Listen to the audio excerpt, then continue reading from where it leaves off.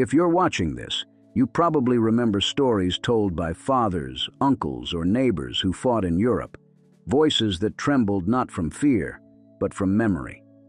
Before we begin, take a second to honor them. Like this video, subscribe to Ghosts of WWII, and share it with someone who still remembers what that generation gave up for the world we live in today. At first, they laughed, not the kind of laughter born of joy or warmth, but that brittle, confident laughter of men who thought they'd already won German officers, watching through their field glasses on the night of June 5th, saw specks drifting through the clouds over Normandy. Parachutes dozens, then hundreds. "Amerikanische Fallschirmjäger," one muttered. They shook their heads. It looked like desperation. The Reich's propaganda had already mocked the idea of paratroopers dropping into their defenses. Suicidal, they said. But by dawn, those same officers would be standing in villages that no longer existed. Hours earlier, aboard the roaring C-47s, the men of the 82nd and 101st Airborne Divisions sat shoulder to shoulder in silence. The hum of the engines drowned out everything except the occasional cough or whispered prayer. Faces blackened with grease, hands gripping rifles that trembled not from fear but anticipation. Boys from Kentucky, Pennsylvania, Oregon, most not yet 22, stared at the dim red light above the jump door they'd trained for months, but no amount of drills could prepare a man for what waited below. When the light turned green, it was like the sky itself ripped open. They stepped into darkness, thousands of them, swallowed by wind and tracer fire. German anti-aircraft batteries lit up the heavens, red and orange explosions bursting like cruel fireworks. Parachutes flared against the night, fragile as moths in a storm. Some never opened. Others drifted miles off course. Radios failed. Commanders vanished into the black. What had been planned as precision now unfolded as chaos. But chaos favored the brave. The Germans had prepared for order, columns, tanks, predictable logic. What they found instead were ghosts. Paratroopers emerging from hedgerows, barns, and orchards, cutting phone lines, ambushing convoys, seizing crossroads. They came from everywhere and nowhere. In village after village, the word spread. Les Américains sont tombés du ciel. The Americans have fallen from the sky. At Sainte-Mère-Église, a small Norman town, the night turned biblical. A house caught fire. Church bells rang uncontrollably. Villagers ran for cover as paratroopers drifted down through smoke. One of them, Private John Steele, had his parachute snag on the church steeple. Hanging there helplessly, he could only watch the chaos below. Germans firing in every direction, tracers cutting the air. The villagers saw him and wept, thinking he was dead. For hours, he hung motionless, feigning death until Allied troops finally pushed through at dawn and cut him free. He survived, though he never forgot the sound of those bells. Elsewhere, Sergeant William King landed knee-deep in a flooded field. Alone, disoriented, and surrounded by enemy fire, he crawled until he found a small farmhouse. There he stumbled upon a handful of other scattered paratroopers. No officers, no orders, just instinct. They set up defenses, using overturned tables and hay bales for cover. Through the night, they fought off repeated German attacks. When the sun rose, the field was silent. German bodies lay tangled in the wire, and King's men, outnumbered and nearly out of ammunition, still held the line. By mid-morning, word began to spread through the French countryside. American paratroopers had taken key bridges, destroyed German supply lines, and confused entire divisions. Commanders in Berlin couldn't believe the reports. They demanded confirmation. Were there really thousands of Americans behind their lines already? The truth was simpler and far more frightening. It wasn't thousands. It was hundreds of small groups, moving like shadows, fighting with the fury of men who refused to fail. For the men on the ground, victory was the furthest thing from their minds. They were hungry, cold, lost. They fought for the man next to them, for the promise of morning, for the idea that maybe, just maybe, the invasion would succeed. Every gunshot echoed across the hedgerows. Every scream, every explosion carved itself into memory. Liberation didn't look like the posters back home. It looked like a 19-year-old covered in mud, handing a chocolate bar to a French child before disappearing back into the fog. As one veteran later said, "It wasn't courage, it was momentum. Once you jump, you don't have a choice but to move forward." And move forward they did. Throughout the day, scattered units linked up like pieces of a broken puzzle snapping back together. What began as fragments became formations. They secured crossroads, ambushed enemy trucks, and signaled to the approaching amphibious forces that the way inland was opening. By evening, Normandy belonged not to the Reich, but to the boys who had fallen from the sky. For the Germans, the laughter was gone. In its place came disbelief. Reports described paratroopers as demons, shadows, men who fight without supply or command. What they didn't understand was that the Americans didn't fight for orders. They fought for each other. The spirit of the Airborne was built on improvisation, on grit, on the unshakable belief that no matter where they landed, they would turn the ground beneath them into American soil. As the smoke lifted, the people of Normandy stepped out of hiding. They carried buckets of water, blankets, bandages. Old men saluted. Children whispered merci. Monsieur the paratroopers, too tired to speak, nodded and pressed on. They had done the impossible. They had turned darkness into daylight, and with it gave birth to liberation. And somewhere, high above the wreckage, a German officer lowered his binoculars and muttered, "They came from nowhere." He was wrong. They came from America, sons of farmers and factory hands who believed that freedom was worth the fall. If you're one of those who remembers those days, or if you simply refuse to let their memory fade, subscribe to Ghosts of WWII. Every story we tell keeps them alive. One name, one mission, one dawn at a time. Because for those who were there, and for those who still remember, the sound of parachutes opening in the dark was the sound of hope returning to Europe. The morning after D-Day smelled of gunpowder and damp earth. Normandy was no longer quiet farmland. It was a graveyard of silence and smoke. For those who'd survived the night, dawn brought no peace, only orientation. Paratroopers emerged from ditches, orchards, and flooded fields like ghosts returning from the dead. Some limped, others dragged their wounded. Every step forward meant crossing a story that wouldn't be told again.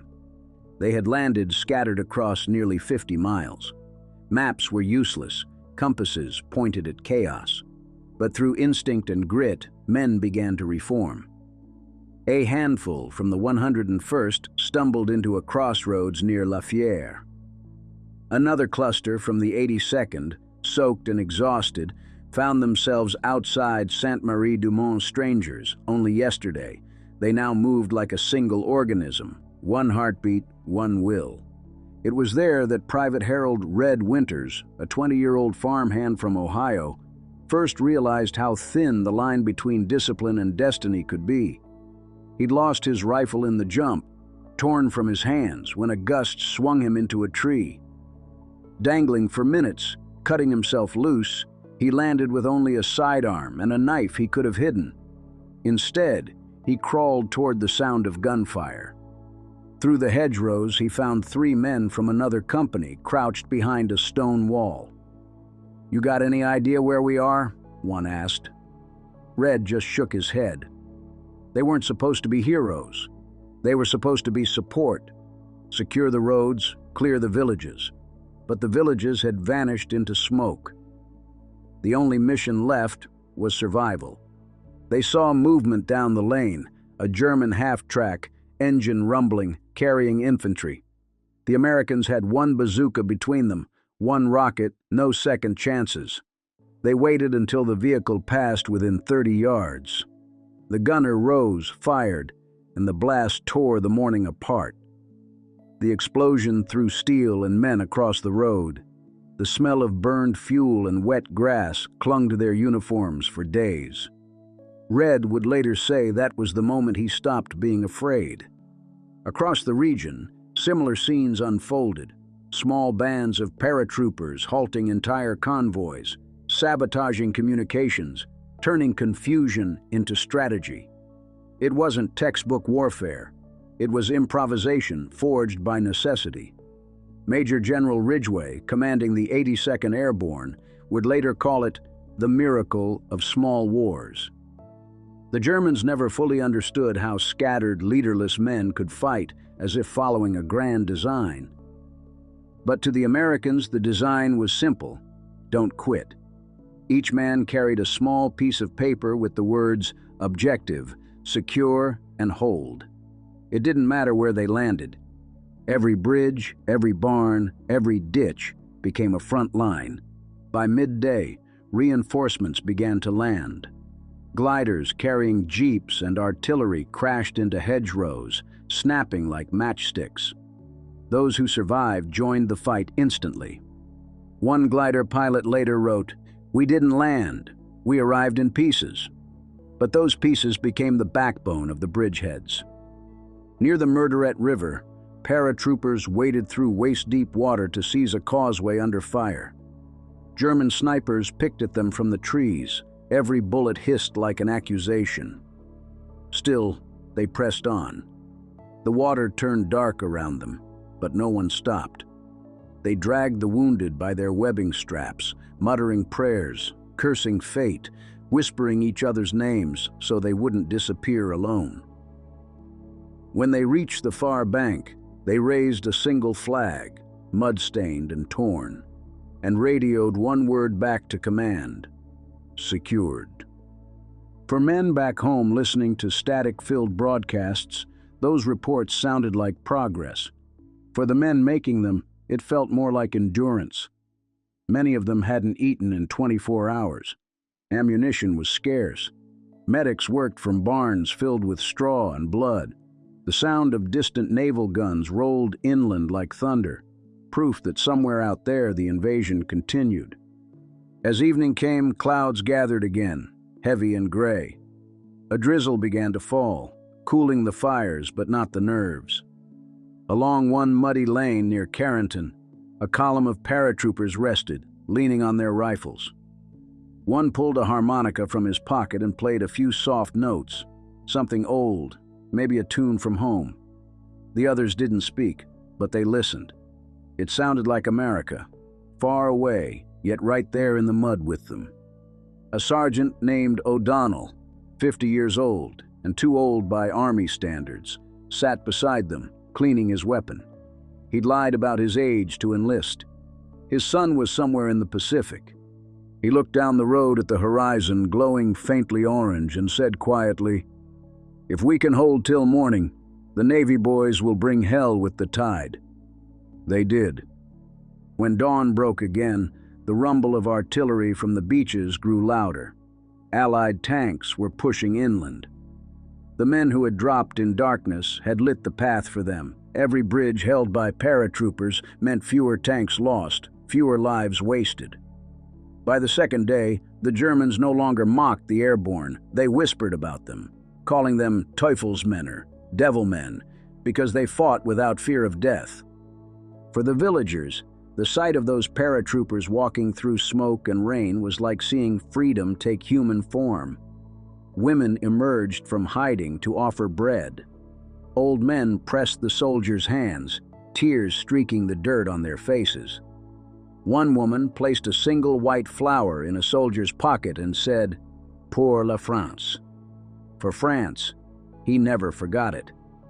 Back in America, newsreels soon showed the headlines: "Airborne triumph behind enemy lines." The images were grainy, the narration confident. But the men who'd lived it knew the truth was quieter and harder. Every inch of ground had been bought with courage no camera could capture. That night, in a half-destroyed barn near Sainte-Mère-Église, the survivors gathered. They shared what rations they had left, patched each other's wounds, and spoke in whispers about the ones who didn't make it. Someone asked what time it was. Another replied, "It's still June 6th where it matters." Outside, rain dripped through holes in the roof. A single candle flickered between them. In that fragile light, they weren't soldiers anymore. They were brothers who had fallen from the sky and found each other again on the ground. If you're watching this and you grew up hearing these stories from your father or grandfather, remember this wasn't legend. It was lived. If you haven't yet, take a moment to like this video and subscribe to Ghosts of WWII. Every click helps keep their voices alive, so the next generation knows what courage truly looked like. Because those men didn't fight for medals. They fought for a morning that others could wake up to. And as one old veteran later said, "When the sun came up over Normandy, I realized I was still alive, and that meant the world still had a chance." For those who remember, this part will hit home. By the third day, Normandy had become a maze of hedgerows, ancient earth walls stitched with thorns and roots that turned every field into a fortress. The paratroopers, still scattered and short on sleep, learned quickly that Europe's quiet countryside could swallow armies whole. You could hear a man breathe 5 yards away and never see him. Every rustle, every bird taking flight might mean an ambush. Captain Richard Dick Winters of Easy Company moved through one such field with 18 men. His orders were simple, his task anything but: seize a cluster of German artillery guns outside a village called Brécourt Manor. Those guns were cutting into the beach landings at Utah. If they weren't silenced, hundreds of Americans still at sea would die before they ever set foot on France. Winters crawled through mud until he could see the enemy position. 4 105mm howitzers, well dug in with machine gun nests guarding their flanks. He had no map, no radio contact, no artillery support, but he had timing, training, and 18 men who believed in him. They hit the Germans like Thunder 1 squad flanked left, while Winters charged through the trench with a Thompson submachine gun. Grenades fell like punctuation. Within minutes, the guns were silent, the field littered with empty shells and disbelief. It would become one of the most studied small unit assaults in U.S. Army history, not because it was flawless, but because it was fearless. Back home, mothers and wives would later read about heroic airborne exploits. They'd see black and white photos of grinning young men, unaware that the smile was often camouflage for something heavier. Most of these soldiers had seen more in 72 hours than anyone should see in a lifetime. Yet when the cameras appeared, they straightened their helmets, wiped the grime from their faces, and stood tall. It wasn't vanity, it was pride. They wanted America to believe the fight was worth it. One of them, Private Lewis McCarthy, wrote a letter that was later found folded in his pocket after the war. "If you hear that I didn't make it, tell Mom I wasn't scared. I just didn't want to miss the show. It felt like all of America was landing with us." In truth, it was all of America, its factories, its shipyards, its hopes, compressed into the hearts of men who fell from the sky. By now, German resistance was reorganizing. The 6th Fallschirmjäger Division, paratroopers themselves, were sent to counterattack. The irony wasn't lost on anyone. German airborne veterans hunting American ones in the same fields. The fights that followed were vicious and close.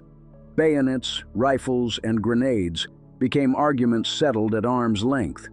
Entire hedgerows changed hands by the hour. The smell of cordite and crushed leaves hung heavy in the air. The cows in the pastures had gone silent. Even nature seemed to hold its breath.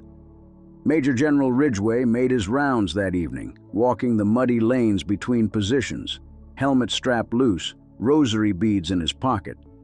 He stopped beside a foxhole where two young paratroopers were eating cold rations. One offered him a cigarette. Ridgway accepted, took a drag, and said, "Boys, they called us crazy for dropping in first. Let's make sure they never stop calling us that." The men grinned, too tired to laugh, but the line stayed with them. Elsewhere, the 101st was pushing toward Carentan, a town that would connect the beachheads and turn the invasion from a collection of landings into a front. The Germans knew it too. They flooded fields, mined bridges, turned barns into machine gun nests. The paratroopers advanced yard by yard, often crawling through water up to their chests. When artillery shells fell, the shock waves lifted the surface like boiling soup. They called it swamp fighting. Most of the men couldn't swim, but none turned back. On June 10th, after 4 days of grinding battle, they entered the town. Smoke curled from chimneys that no longer had roofs. The smell of bread and gunpowder mingled in the air, Normandy's strange perfume of death and daily life. From a shattered window, a German sniper fired 3 rounds before being silenced. The echo bounced down the narrow streets like the tolling of a bell. When the shooting stopped, a local woman stepped out holding a baby wrapped in the French flag. No words were needed. That moment, quiet, human, almost holy, spread through the ranks faster than any order. It reminded them what this was really for. Not for medals or glory, but for mornings like that one, when a mother could stand in the open again without fear. For older Americans watching this now, you might remember seeing those newsreels in the cinema, or hearing Roosevelt's broadcast calling it the mighty endeavor. That was this real men, real mud, real mercy. If you haven't yet, take a second to like this video and subscribe to Ghosts of WWII, because every memory we preserve keeps their sacrifice from fading into static. By week's end, the once mocked paratroopers had become the backbone of the Allied push. They'd seized roads, towns, and bridges far beyond their original objectives. Their discipline under chaos rewrote the book on airborne warfare. Even the Germans began referring to them in reports with a mixture of frustration and respect. Feind mit außergewöhnlichem Mut, enemy of exceptional courage. That courage wasn't abstract. It had faces. Men like Sergeant John Hendricks, who ran through machine gun fire to pull a wounded comrade out of an open field, only to realize it was a stranger from another company, or Lieutenant Robert Cole, who led a bayonet charge across open ground at Carentan while shells fell around him like rain. For his men, he wasn't a legend. He was proof that leadership still existed when the world was breaking apart. As the guns quieted for a few hours that night, paratroopers huddled in makeshift shelters, writing letters on scraps of ration boxes. Some prayed, some cursed. Others simply stared at the stars above the French countryside, wondering if anyone back home was thinking of them at that very moment. One private whispered to another, "If I make it home, I'm never complaining about rain again." Those who did make it home would carry Normandy in their bones, the smell, the fear, the faces of men who'd fallen beside them. They'd tell their sons and grandsons about the drop, but often they'd leave out the rest, not because they forgot, but because they remembered too clearly. And as the old-timers later gathered at reunions, standing before plaques and flags, you could still hear one phrase passed quietly between them, like a secret handshake of ghosts. "We held till dawn." Because that was their victory, not conquest, but endurance. Not fame, but faith. Faith that what began in darkness could end in light. For those who remember, the sound of diesel still echoed in their dreams. By the end of June 1944, Normandy was no longer a battlefield. It was a living wound. The hedgerows still hid bodies. The air smelled of smoke, diesel, and soil torn open too many times. For the men who had jumped on D-Day, the adrenaline had faded, leaving only exhaustion and quiet disbelief that they were still standing. In a meadow near Carentan, paratroopers of the 506th set up camp beside a collapsed barn. A cow wandered between wrecked jeeps. The men were down to half rations, but no one complained. They had learned that survival itself was a feast. Private Red Winters, the farmhand from Ohio, sat cleaning his rifle for the 10th time. Across from him, Sergeant O'Donnell hummed a hymn, soft, off-key, but steady. "Never thought I'd miss home this bad," Red said. O'Donnell smiled without looking up. "You don't miss home," he replied.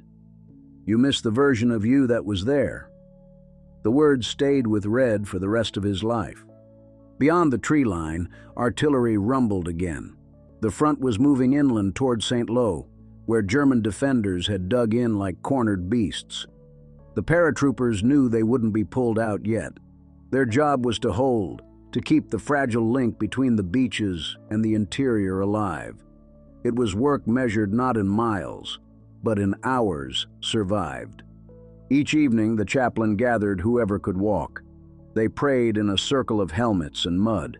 No sermons, just names. The list grew longer by the day, and sometimes the chaplain's voice cracked halfway through. When he finished, no one said amen. The silence was the prayer. Across the Atlantic, Americans followed the invasion through radio bulletins. Families leaned close to the static, searching for familiar words. Carentan, Sainte-Mère-Église, 101st, 82nd, somewhere between the headlines and the front lines, lay a gulf that words could never bridge. Mothers hung Blue Star flags in their windows. Some would trade them for gold before summer's end. Back in Normandy, the fighting shifted from chaos to grind. The paratroopers who had once dropped like ghosts from the sky now fought like infantry, street to street, house to house. Every window was a sniper's nest. Every road a trap. They learned to listen for the metallic click that meant a tripwire, for the faint whine of an incoming shell. They learned to move in silence and speak in half sentences. They learned that courage was quieter than most people think. Captain Winters, no relation to Red, summed it up in his journal. "We weren't fearless. We were focused. Fear doesn't disappear. It just runs out of room." By July, the villages they'd liberated were rebuilding, plank by plank. Children collected shell casings and called them treasures. Farmers dug trenches for irrigation. Where bomb craters had filled with rainwater, liberation was messy. The paratroopers, moving through these towns, became local legends. To the French, they were angels. To themselves, they were just men who hadn't been killed yet. One afternoon, Red was sitting by a well when an elderly woman approached with a loaf of bread, still warm from her oven. She placed it in his hands, bowed her head, and said, "Merci pour ma maison." "Thank you for my home," Red didn't know how to answer. He broke the loaf in half and shared it with the man beside him. Decades later, he'd tell his grandson that it was the best meal he ever had. The German counterattacks came hard through July. Mortars screamed, fields turned to fog. Yet each time the enemy pressed, the paratroopers held. They weren't the green kids who had stumbled out of planes anymore. They were veterans now, tempered by loss and the strange calm that comes after surviving too long. Their commanders noticed it too. The jokes faded. The songs grew slower. Even laughter carried a weight it hadn't before. During one bombardment, a shell struck near the aid station. When the dust settled, medics found Chaplain Reed kneeling beside a wounded German, holding his hand and praying in English. When asked why, he said simply, "The Lord doesn't need a translator." The story spread through the regiment like wildfire. It reminded them that even in hell, decency hadn't died. By mid-July, the paratroopers finally got their orders to pull back and rest. Trucks rumbled down the dirt roads, carrying men who looked older than their years. They passed fields dotted with white crosses hastily hammered into the earth. Some were marked with names, others only numbers. One trooper whispered, "They'll fix the names later." Another answered, "No rush, they already know who's here." They arrived at a staging camp near Cherbourg. Showers, clean uniforms, coffee so strong it tasted like salvation. The medics checked for wounds. Some were visible, most were not. A psychologist tried to interview them about combat fatigue, but the men just stared at the clipboard. They didn't have the words for it yet. The phrase post-traumatic stress wouldn't exist for another generation. All they knew was that when they closed their eyes, they were back in the plane, waiting for the green light. That night, as the men finally lay in real beds, rain pattered on the canvas roofs. One of them, half asleep, murmured, "Listen, it sounds like flak." Another replied, "No, it sounds like home." The difference was paper thin. For many watching now, those who lived through those years or grew up beneath their shadow, you know that feeling. The relief that feels guilty, the joy that comes wrapped in memory. If you haven't already, take a moment to like this video and subscribe to Ghosts of WW2. Every story we tell is another light kept burning for those who never made it back. Back in Normandy, the locals began placing small flags at the edges of the fields where the first parachutes had fallen. Children collected the torn silk and used it to patch dolls and dresses. Farmers kept the rusted helmets, turning them into flower pots. The land was healing itself, one memory at a time. Years later, when veterans returned for anniversaries, they found those same fields blooming with wildflowers. One man bent down, touched the soil, and said, "We planted freedom here, and it grew." He wasn't wrong, because what the Germans had mocked as madness became method, what they had called chaos became courage, and what they had once laughed at from their bunkers became the very force that broke their empire's spine. By dawn's first light over Normandy, the laughter was gone. Only the wind remained, moving gently through the hedgerows, whispering the names of men who fell from the sky and never came back down. For those who remember, the echoes never left. The fighting moved on, but the ghosts stayed behind. By August, the 82nd and 101st Airborne were withdrawn to England to refit, rest, and prepare for what everyone knew would come next, the push across Europe. But even surrounded by green fields and music halls, they couldn't quite leave Normandy behind. Every quiet night carried the echo of a scream, a whistle, or the snap of parachute silk in the dark. Private Red Winters sat on the steps of a barracks outside Nottingham, watching rain streak the windows. The others were laughing, playing cards, drinking whatever passed for whiskey. But Red couldn't shake the image of that French boy handing him the torn piece of chocolate and saying, "Merci, monsieur." He'd written 3 letters home since the drop, none of which he mailed. They were folded neatly in his jacket pocket, one for his mother, one for his brother back on the farm, and one addressed simply, "To whoever remembers."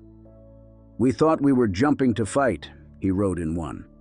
"But mostly we were jumping to protect.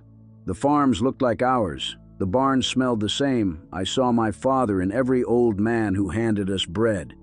I guess the only difference was the language, and even that sounded familiar when they said thank you." It was a truth every man in the Airborne came to understand. War wasn't about hate. It was about endurance, duty, and the hope that somewhere, someone could sleep safely because you couldn't. In England, nurses in crisp white uniforms patched up wounds and asked polite questions. "How was France?" they'd say with bright smiles. Most of the men just nodded and replied, "Loud." They didn't want to talk about the ones who didn't come back, or the faces they still saw when they closed their eyes.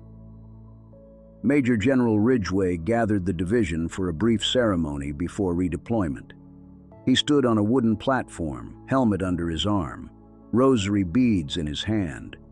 "Gentlemen," he said, "they called us madmen. They said it couldn't be done. And yet here you are, living proof that courage is contagious." The men cheered, but quietly. They knew the next fight was already waiting somewhere beyond the channel. At night, in the barracks, conversations drifted from tactics to what came next. Some talked about home, milkshakes, jukeboxes, the smell of gasoline from a Chevy back in the driveway. Others spoke of nothing at all. A few couldn't sleep unless someone was talking, the silence too heavy, too much like the moment before the jump. One evening, a new replacement, barely 18, asked Sergeant O'Donnell what it felt like to drop into enemy territory. O'Donnell took a long drag from his cigarette, exhaled slowly, and said, "It feels like falling through time. 1 second you're a kid. The next, you're every man who ever had to make peace with God in midair." The boy didn't ask again. Meanwhile, back home in America, the papers still carried smiling headlines. "Airborne heroes return for next push." The photographs showed clean uniforms and proud faces. The editors didn't print the letters, the nightmares, or the simple truth that most of these men were just trying to feel human again. But those who had family in uniform, mothers, brothers, wives, could see it in their eyes. You can't fake that kind of knowing. It wasn't all solemnity, though. The human spirit has a way of rebelling against grief. The men played baseball in the fields, using their helmets for bases. They snuck into dances in nearby towns, charmed the locals with stories, and for a few hours felt almost young again. Music was their rebellion. Swing tunes from Glenn Miller, slow waltzes that reminded them there was still rhythm in the world. For many watching this now, you might remember those songs. Moonlight Serenade, In the Mood. Maybe you danced to them when the war ended. Maybe your parents did. For these men, that music wasn't nostalgia. It was survival. Still, the Army wasted no time. By September, new operations were being planned, bigger jumps, deeper into occupied Europe. The men joked darkly that they'd just begun to dry out their boots. Orders came down. Prepare for Operation Market Garden. Holland. Another night drop. Another gamble. The laughter that followed wasn't arrogance, it was recognition. They knew the odds, and they were going anyway. Before they shipped out again, chaplains handed out small Bibles, and supply officers handed out cigarettes. One man said it best. "They gave us God and tobacco. One for courage, one for calm." On their last night in England, Red sat under a tree, staring up at the same stars he'd fallen through months earlier. He took out one of his letters and read it by flashlight. "If I don't make it back, tell them it wasn't fear that killed us. It was faith. Faith that if we fell far enough, someone else could rise." He folded it again and tucked it into his helmet liner. And then he laughed softly because he realized the Germans had been right about one thing. It was madness what they did. But it was sacred madness, the kind that changes history. If you're watching this and your father, grandfather, or uncle once told you stories like these, this is where those stories lived. In muddy fields, cold barracks, letters that never made it home. Do us a small favor. Like this video, subscribe to Ghosts of WWII and share it with someone who still remembers that generation. It helps keep their names alive longer than any monument can. In the months that followed, many of those men would jump again, into Holland, into Bastogne, into hell itself during the Battle of the Bulge. Some would make it home to parades and new families. Others would stay in the soil of Europe forever, their names carved into white marble that glows beneath the French sun. But the story of Normandy, the laughter, the doubt, the dawn, was where it all began, where mockery turned to fear and fear turned to faith. It was where the world learned that courage doesn't always roar. Sometimes it falls quietly through a cold night sky and lands in a muddy field, ready to fight for strangers. And for those who were there, the memory never left. In the years that followed, whenever they heard the distant sound of a plane's engine, they didn't flinch. They simply looked up, and for a second, they were 20 again, waiting for the green light. For those who remember, they didn't just lose ground. They lost belief, and then found it again, one dawn at a time. Decades passed. The fields that once burned with gunfire grew quiet again. Normandy's hedgerows filled with flowers. The beaches where men bled became playgrounds where children built sandcastles. History softened the edges, but for those who had fallen from the sky, the memories never dulled. They lingered. In the sound of the wind, the creak of an old parachute harness, the smell of wet earth after rain. In the summer of 1984, 40 years after D-Day, they came back. Old men now in pressed blazers and medals that glinted softly in the sun, they arrived on buses and walked slowly, leaning on canes and each other. The villagers of Normandy lined the roads to greet them, waving flags, holding flowers, wiping tears. Many of those French children who'd once hidden in cellars were grandparents themselves now. They remembered the night America fell from the sky. At Sainte-Mère-Église, the church still stood, its bells steady and clear. A mannequin paratrooper hung from the steeple, parachute caught in the stone just as John Steele's had been all those years before. The veterans stood beneath it, heads bowed, and listened to the bells toll once more. The sound was softer now, but it carried farther. Each chime was a heartbeat from another time.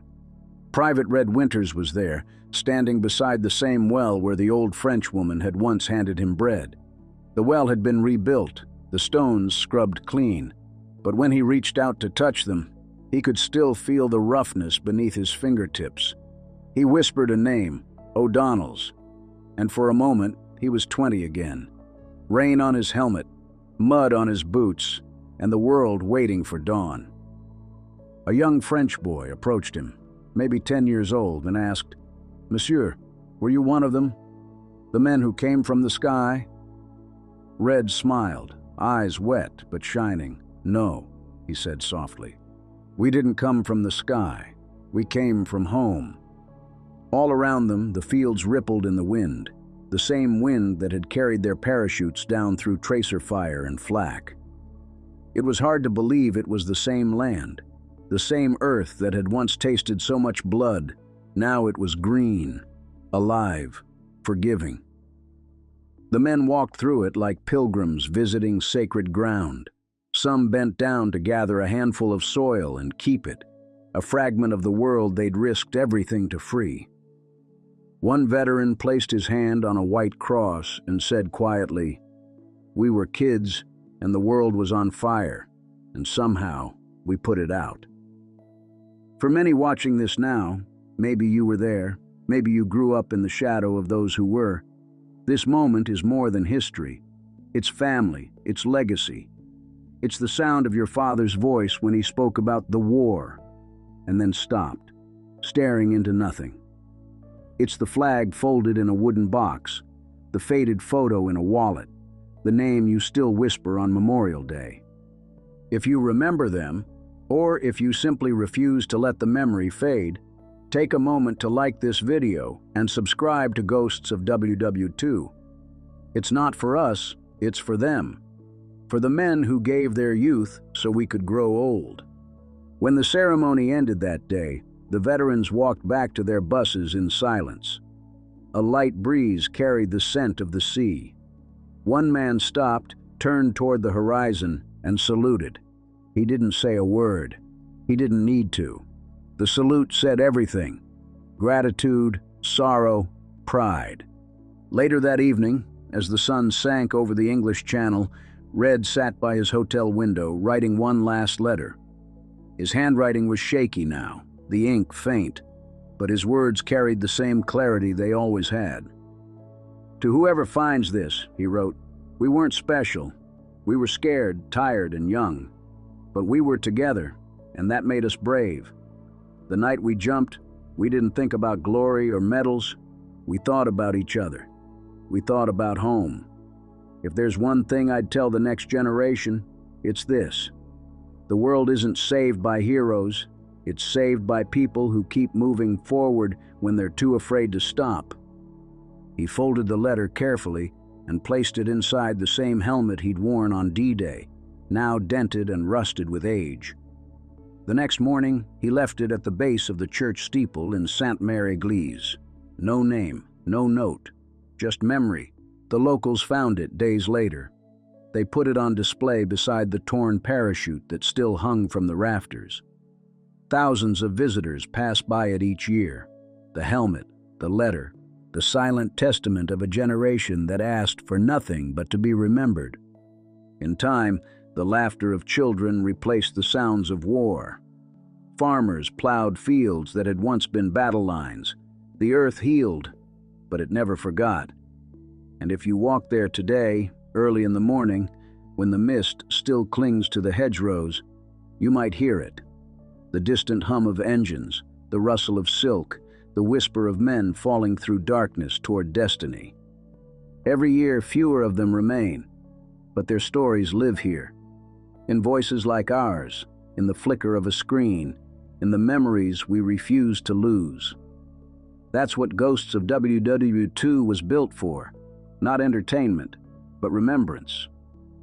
So that 50 years from now, when no veterans are left to speak, their words will still reach the next generation. Because somewhere in a quiet house in Ohio or Kansas or New York, an old photograph still hangs on a wall. A young man in uniform, smiling, believing the world could be better. He was right. It was, because he fell from the sky. And as the last light fades over Normandy, one truth remains unshakable. They mocked the paratroopers until the village was gone by dawn, and the world, forever changed, never laughed again.